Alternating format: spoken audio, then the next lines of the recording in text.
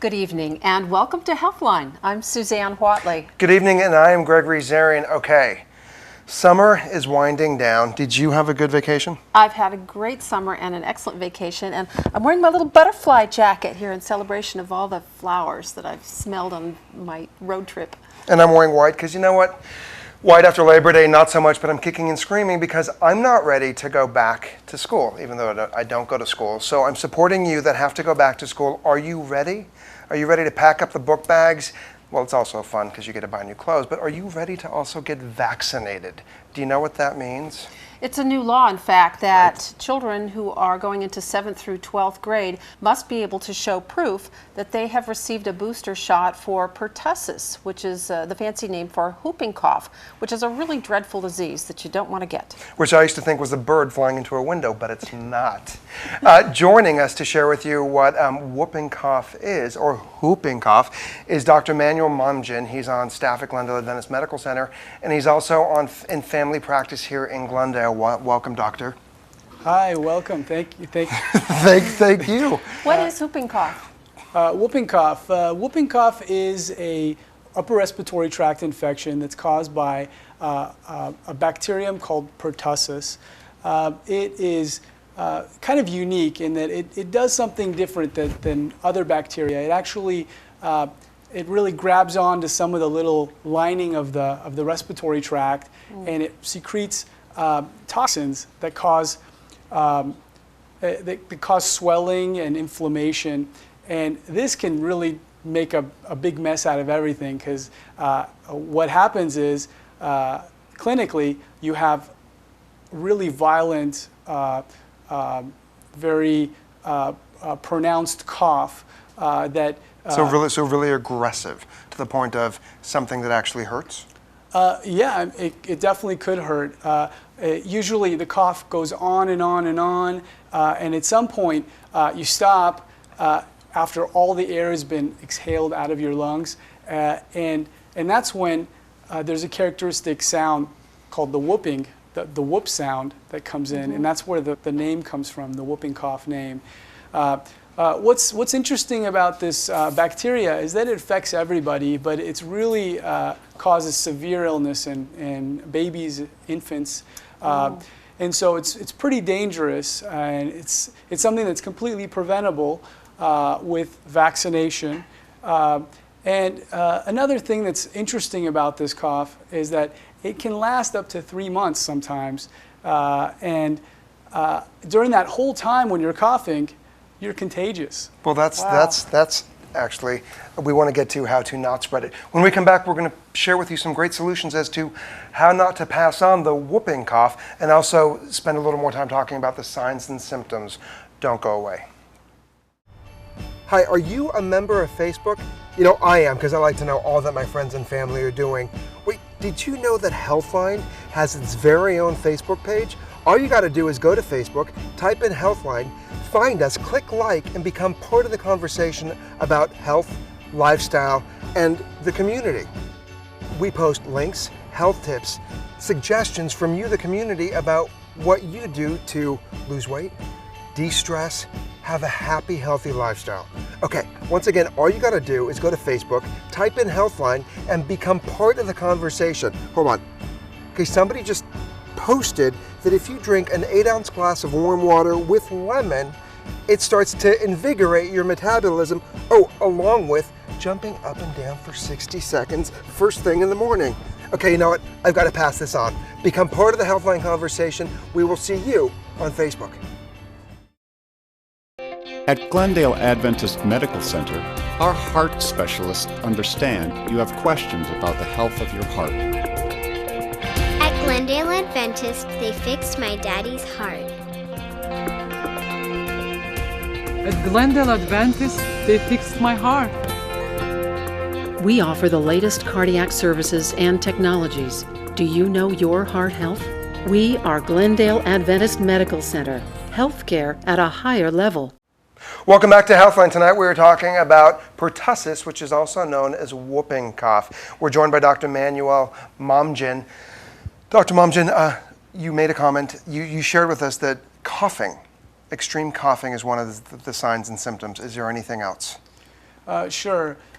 Initially, when someone gets infected with the whooping cough or with pertussis, they'll go through something called a catarrhal phase, which is where you have runny nose, you can have temperatures, you can have sore throat, kind of similar to common cold. It's common cold, flu. So usually it's very difficult to diagnose pertussis early on because the symptoms can be very similar to any run-of-the-mill virus. How do you attack it with medicine? There are medications that help with definitely killing off the bacteria, and we could talk about that some more. They're basically macrolide antibiotics that we use. The thing with antibiotics is that they only do so much. There's actually no proven cure for the coughing aspect of the whooping cough. Which I bet's the most miserable part. Which is the most miserable part, yeah, absolutely. So there's no way to really stop anyone from having a cough. They have to run their course. But what's important about getting treated if you do have whooping cough is, you know what, you're not going to be contagious anymore if you get treated. And that's very, very important from a public health standpoint. May I backtrack real quick, Doctor? You made a comment, though, about the signs and symptoms about a runny nose and a sore throat. So you have that, but the distinction is the cough. The cough. Okay, let's because talk. most people may think that that's just a common cold or the flu. Absolutely. So what is the definite defining distinction that I have pertussis?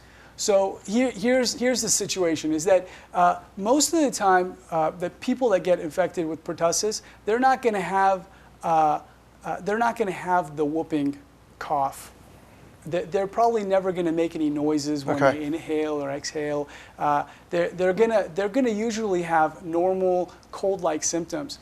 Now, when we talk about a severe case of the whooping cough, and that's what we see in infants, the children under the age of 1, the ones that aren't immunized yet, these are the cases where you're going to see someone having this really violent coughing spell that ends up with the whooping sound. Got it. So it's really that's diagnostic to diagnose whooping cough in the most severe form. But in the mild stages, it's very difficult to really put your finger on it.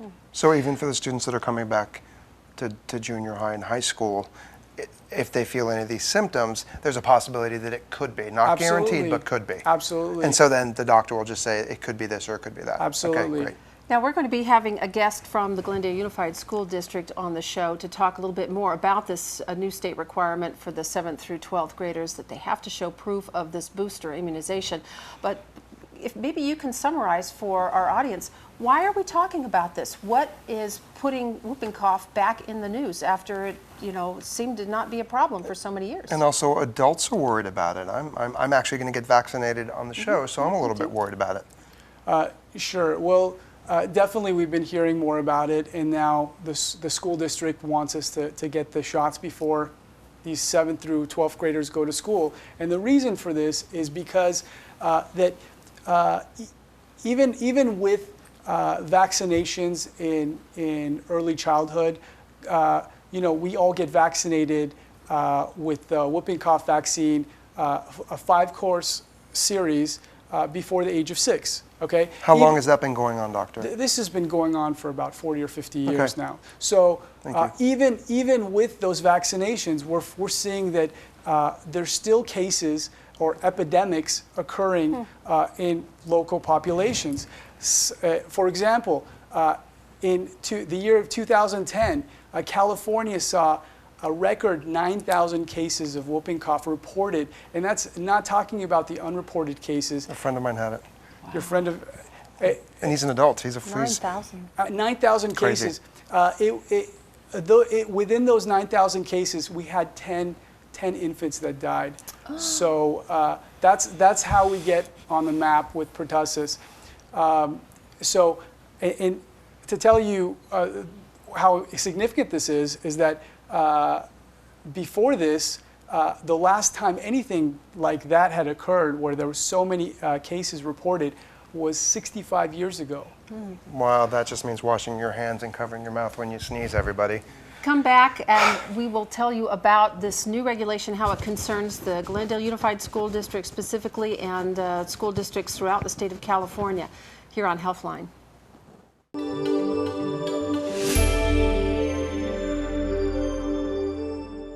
Hi, I'm Dr. Manuel Momjian. I'm a family medicine doctor in Glendale, California. I'm here to give you a health tip.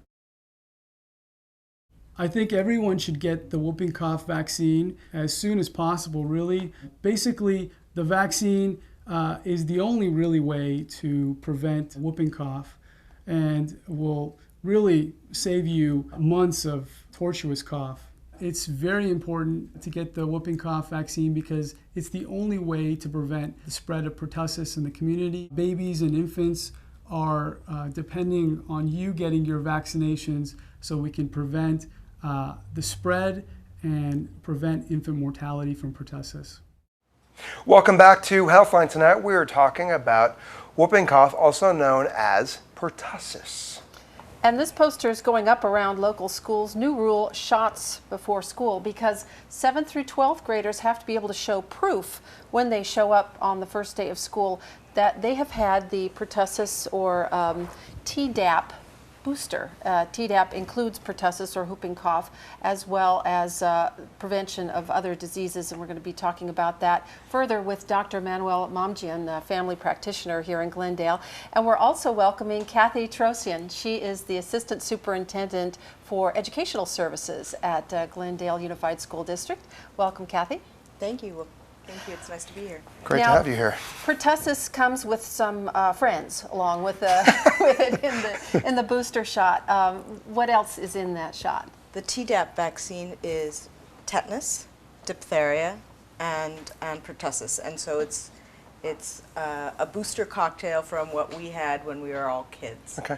And because the initial immunization wanes, there's a booster shot to help us protect us as well as our community. Regarding the poster that I was holding up, that's all over schools all over the country then? And all over Glendale, locally? All of our Glendale middle schools and high schools have that poster. Is it mandatory for all over the country as well? Probably over half of the states in the United States have a Tdap requirement. Fantastic. Mm-hmm. And school is starting on Monday, August 29th locally. What if you show up and you don't have this proof of vaccination because you Like haven't here, had it I've got my shots. yet? So Gregory, if you Yes. present to me your Hello. proof, we'll welcome you with open arms and say, come on in, Okay. you're safe, and we'll get you into your classes, and you'll have a wonderful, successful school year. So then I show up looking like I've been on the island of Aloha with nothing. It's got to be tropical, with nothing. What happens? Well, you're very lucky, because we won't exclude you. Okay. There is, the Governor Brown just signed a Senate bill that gives school districts the opportunity to waive the requirement for 30 calendar days. And so the Glendale Unified School District Board of Education will be discussing this at its next board meeting, whether or not to allow a waiver for students who come in without proof of the booster shot. And so what we'll do is bring you in and ask you to submit proof, and if not, provide you with the opportunity to do so. And if you haven't gotten the booster shot, that's when you call up Dr. Momjian's clinic and you go online and understand that you're offering a coupon for a half-price shot? That's correct. Your website, first and foremost, is? It's www.urgent9, that's the number 9.com. That's easy. Yeah, it's really easy. You just go on the website and there's a big coupon on there. You click on it, you print it out, and you can bring it to my office, and we'll give you the whooping cough vaccine at 50% discount, which That's comes fantastic. out to about $35. You don't have to see a doctor. You can basically come in, get the shot very quickly, and go. If you like to talk to one of us about the shots, we'd be happy to talk to you about it. And you take them proof of this to school? In fact, Dr. Momjian has been an incredible partner with the school district. Great. Because as students come in August to register for classes with their parents, what Dr. Momjian has agreed to do with the Physicians Health Group is offer vaccinations there on the campus if Oh, I love if that. the students don't have proof of it. And so You know, of course, with parent consent. I was just going to ask. Of course, with parental consent, they'll be able to go somewhere on campus. The 3 high schools, Glendale, Hoover, and Crescenta Valley High Schools, will have a place during registration where students can go and have access to the booster shot, and for $35, $40. That's fantastic. I know my girls' schools had vaccinations for everybody last fall, all the 5th graders, that is. So that our 6th graders, excuse me, she's going into 7th. Oh, I hope she doesn't detect my inability to. Oh, I'm going to remember tell her to true watch age. this. I'm going to tell her to watch this. And you know, it was like good. Everybody had to kind of be herded like cattle up to the stage of the multipurpose room, but they all got their shot, and they all got to commiserate about it, and then they all got to be relieved that it was over with and done, and they didn't have to show their proof. We're going to talk a bit more about this vaccination and also why it's cropping up again. Why some parents have been reluctant to vaccinate their children against pertussis and some other diseases. Stay with us here on Healthline.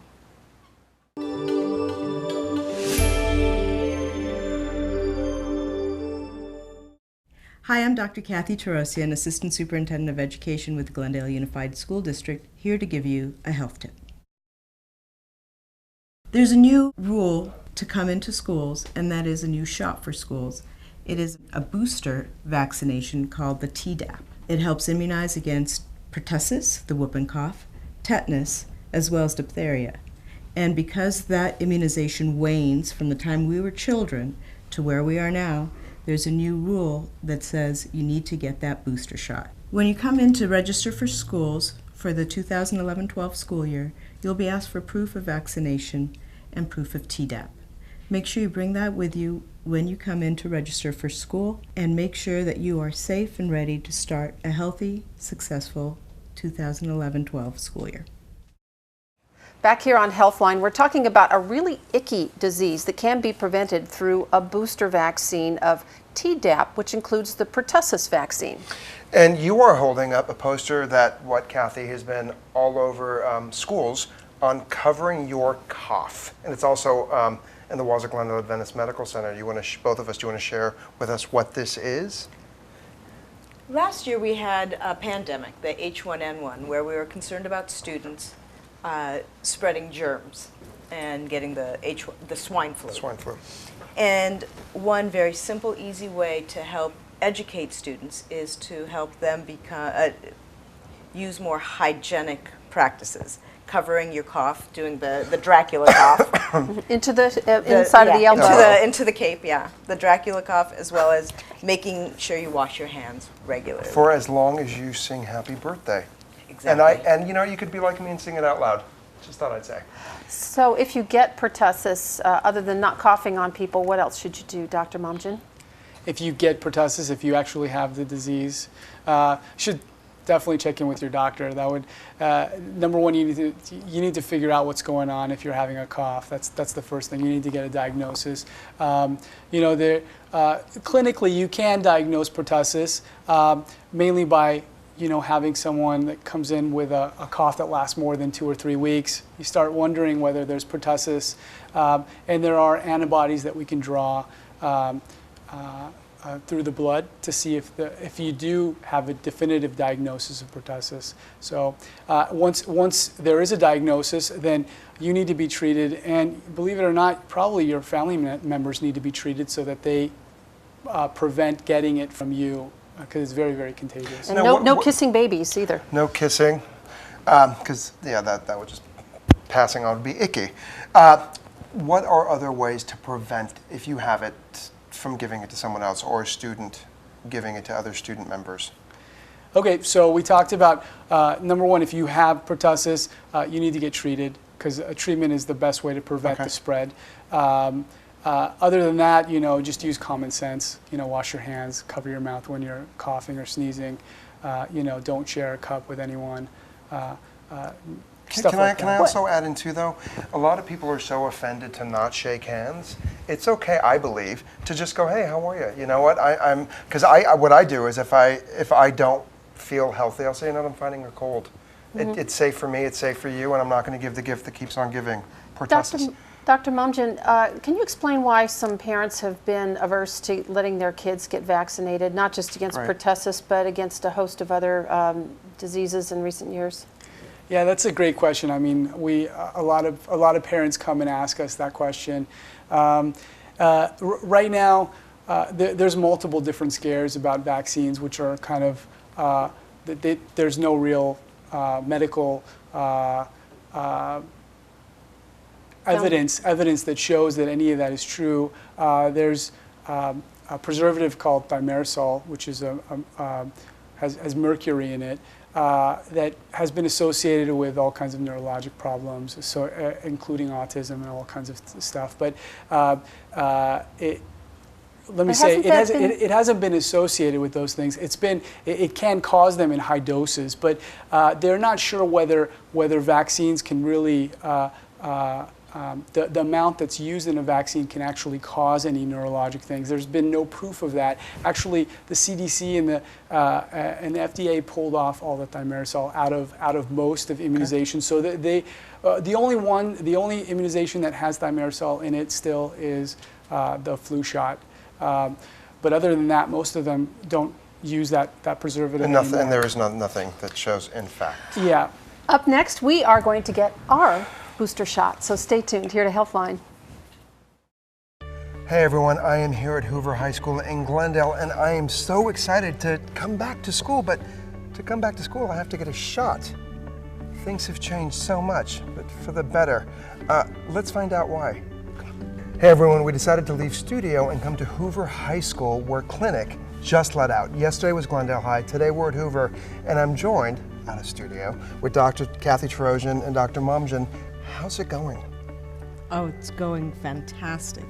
We've had clinics also at CV High School last week. And with the increased waiver and the word that's getting out, we think that we'll have most of our students with proof of vaccine before that cutoff day of September 27th. So we're excited and very thankful for all that Dr. Momjian's done. How do you think it's going, Dr. Momjian? Oh, it's been a lot of fun.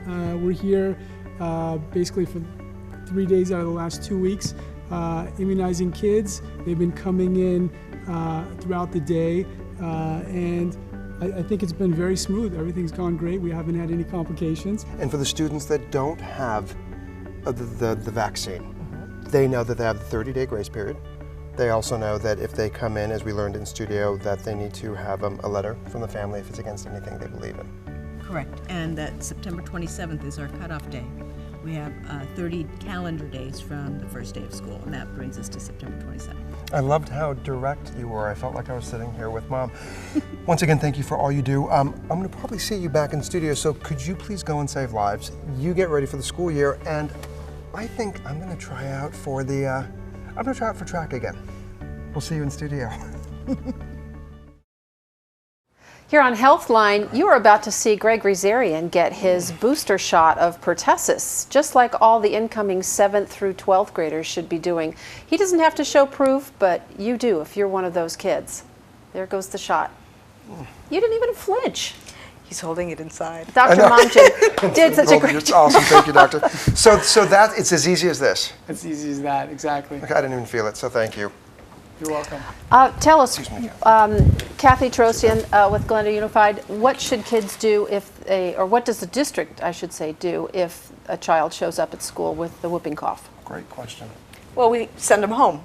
The last place we want a sick child is in the classroom. We want them to be home, be taken care of with their doctor, and not spread the disease. The other thing, especially with pertussis, is we call the Department of Health, the County Department of Health, and report it. Of a case. Yes, and we follow their recommendations.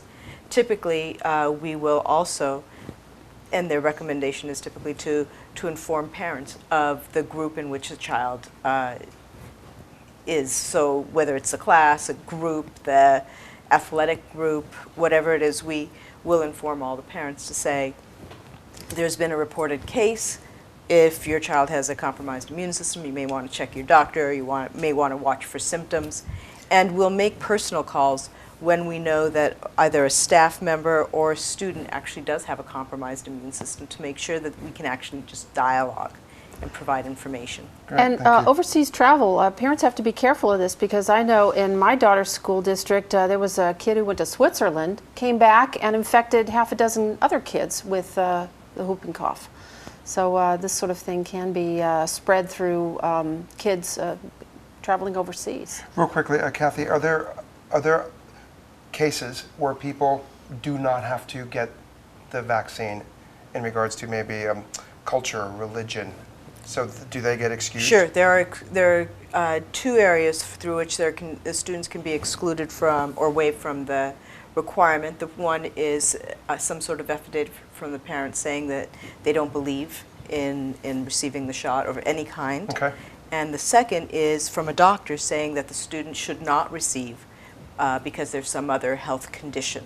So proof of either of those things we will take instead of proof of immunization, but understanding that if there is a case of pertussis, we will exclude that child because they are vulnerable.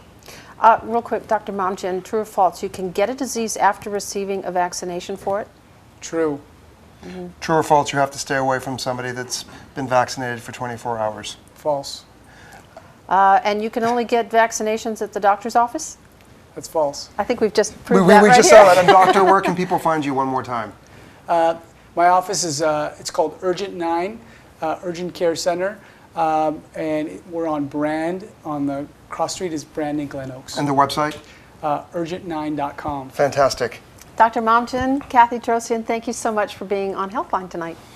I hope you had a great summer. Get ready for school. And don't forget to cough and wash your hands and prevent whooping cough, pertussis. On behalf of myself and Suzanne Watley, stay safe. We will see you next time. And remember, the most important thing you have is your health. So wash your hands, please. Good See night. you next time.